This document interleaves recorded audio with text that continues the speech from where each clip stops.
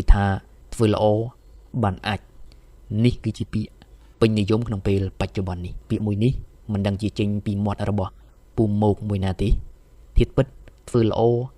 100% គឺបានល្អធ្វើល្អ 100% គឺបានល្អយ៉ាងពិតប្រាកដល្អនោះគឺនៅក្នុង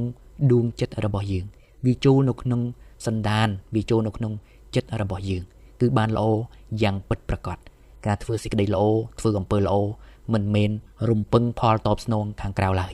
សូម្បីតែការស្អប់សូម្បីតែការសរសើរសេចក្តីស្រឡាញ់ឬក៏របស់តបស្នងណាមួយក៏មិនមែនដែរការធ្វើសេចក្តីល្អព្រោះតែយើងគឺជាមនុស្សល្អ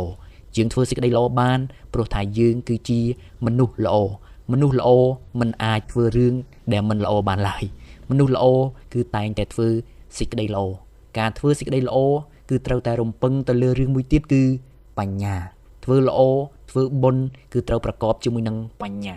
នេះគឺជាពាក្យរបស់ព្រះដែលបានផ្ដាំមកយើងហើយផ្ដាំទៀតថាធ្វើល្អ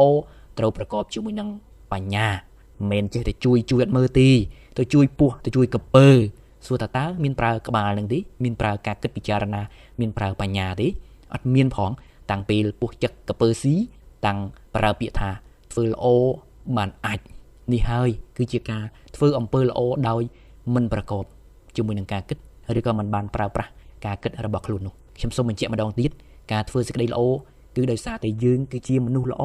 កាតព្វកិច្ចរបស់មនុស្សល្អគឺត្រូវតែធ្វើរឿងល្អនឹងហើយប៉ុន្តែនៅពេលដែលយើងគិតពិចារណាហើយស្រាប់តែជួយមនុស្សនឹងទៅវាបែរជាងាកក្បាលមកខំយើងវិញយើងបានមុននឹងជួយយើងបានត្រេះរិះពិចារណារួចហើយ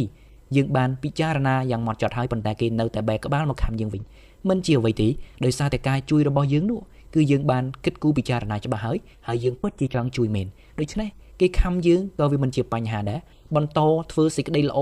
របស់យើងតទៅទៀតព្រោះអ្វីនេះគឺជាកាតព្វកិច្ចរបស់មនុស្សល្អអាចនឹងគិតអាចនឹងមើលខុសអាចនឹងជួយខុសប៉ុន្តែមនុស្សល្អមិនអាចមិនធ្វើសេចក្តីល្អបានឡើយ